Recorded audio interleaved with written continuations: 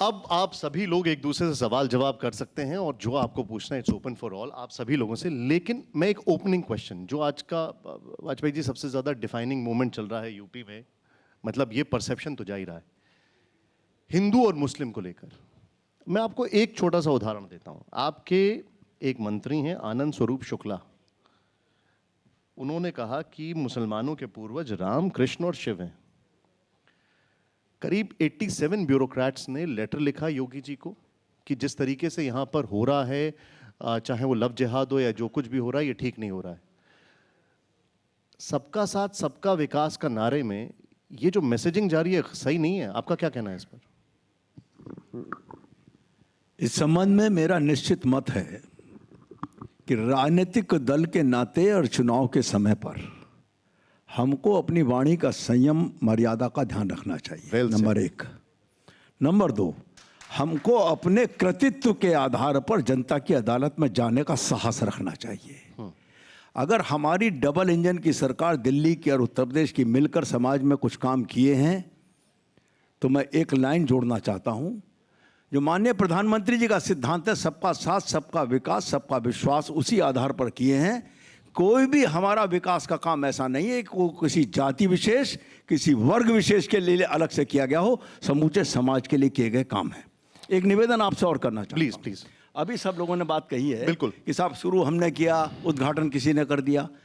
एक कहावत है कि जितनी चादर हो उतने पैर फैलाओ। जितना आपके पास पैसा हो, संसाधन हो, उसी हिसाब से अपने विकास के कामों को अपनी पॉलिटिकल प्रायोरिटी के हिसाब से करो या जनता की आवश्यकता अनुसार करो। लेकिन अगर उस काम को करने के बाद पूरा नहीं करके आओगे तो पेड़ कोई लगाता है, फल कोई खाता, माली का बेटा खाता है, तो ये तो कोई आधा नहीं। सरकार एक सतत प्रक्रिया है और एक के बाद दूसरी सरकार बदलती है। सरकार नहीं बदलती, दल बदलता है, व्यक्ति बदलता है। इसलिए इस बात पर छाती पीटने का कोई औचित्य नहीं है और इससे जगहसाई हो रही है इनकी। दूसरी बात मैं कहना चाहता हूं, जितना अभी आपने खुद कहा इस बात को कि हमने पूर्वांचल एक्सप्रेसवे के श्रेय की बात कर रहे हैं। अरे भाई, पूर्वांचल एक्सप्रेसवे में जितना जगह चाहिए थी, जितना पैसा चाहिए था, जो उसकी प्रक्रिया थी, क्या हमने उसको पूरा किया था? क्या जब नहीं किया है तो जिसने किया है वो करेगा। और मेरा ये हमेशा से मत है कि विकास के कामों को राजनीतिक आधार पर नहीं बांटना चाहिए। जो सरकार आएगी वो उसका उद्घाटन करेगी, लोकार्पण करेगी। प्रमोद जी, आप कुछ पूछेंगे या मैं? नहीं, आप इस पे काउंटर आपका क्या होगा? किस पर? जो इन्होंने अभी कहा कि क्रेडिट नहीं लेना चाहिए। ठीक कह रहे हैं, ये समझदार आदमी है। मैं कहता हूँ, अब बताइए ये कह रहे हैं सबका साथ सबका विकास। मैं इन्हें समझदार कह रहा हूँ तब भी आपत्ति है इनको। मैं क्या कहूँ जिस पे इनको आपत्ति न हो।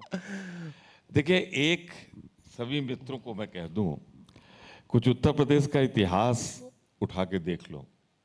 जिसने एक्सप्रेसवे बनवाया दोबारा सत्ता में लौट के नहीं आया।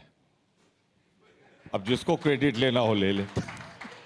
मायावती जी ने बनाया, सुदीन भाई, यमुना एक्सप्रेसवे, नहीं लौटी।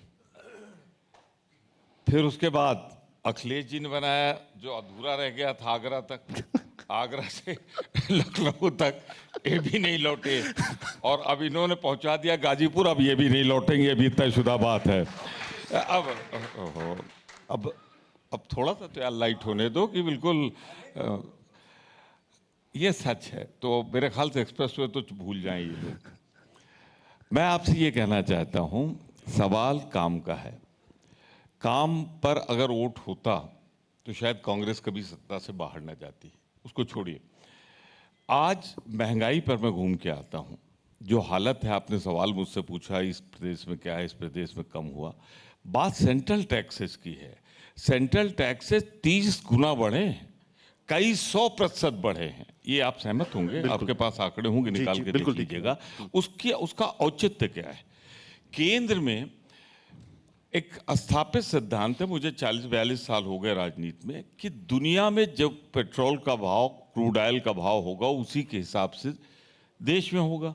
दुनिया में बढ़ नहीं रहा है, ये हिंदुस्तान में बढ़ रहा है, सिर्फ इसलिए कि अडानी को फायदा पहुंचाया जा सके या प्राइवेट कंपनियों को फायदा पहुंचाया जा सके।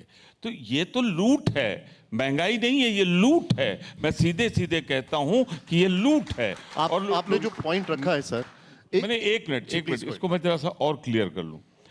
आपने कोरोना की बात की थी, मैंने मंत्रियों की बात की, फिर आपने नहीं पूछा, पूछ लीजिए इनसे। जब एक मंत्री, उसके दो स्वरूप होते हैं, एक जनता से जवाबदेही होती है, एक सरकार से जवाबदेही होती है। उसकी कॉन्स्टिट्यूंसी में उतना बेबस है राजधानी में बैठ के कि एक बेड नहीं दिला सकता, और फिर WHO का सर्टिफिकेट ले घूम रहे। अरे भैया, वोट डालेगी लखनऊ की जनता, WHO वाले वोट डालने नहीं आएंगे। प्रमोद जी, मैं आपसे एज अ स्टूडेंट एक चीज पूछ रहा हूं, आप मुझे एक बात बताइए, क्या वाकई में लोगों को याद रहेगा वो सब वोट डालते वक्त?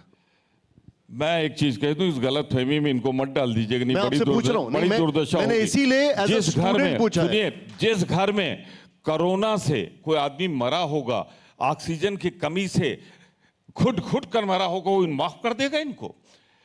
आप चलिए प्रयागराज से 5000 लाशें 1 फीट पर खोज कर जब डाली गई हैं, कोई अपने अंतिम को जो विदा करता है अपने आप अपने परिवार को, तो इस दुर्दशा में नहीं विदा करता इनकी वजह से।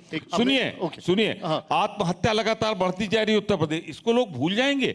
अगर ये गलतफहमी में है तो मैं एक चीज बता दूं आपको, भारतीय जनता पार्टी के खिलाफ उत्तर प्रदेश की जनता ने मन बना लिया है, और जिस दिन वोट होगा, उस दिन भाजपा का जाना तय है और प्रियंका गांधी के नेतृत्व में कांग्रेस का आना तय। अड़ी सोमवार से शुक्रवार शाम 6 बजे सिर्फ TV9 भारतवर्ष पर।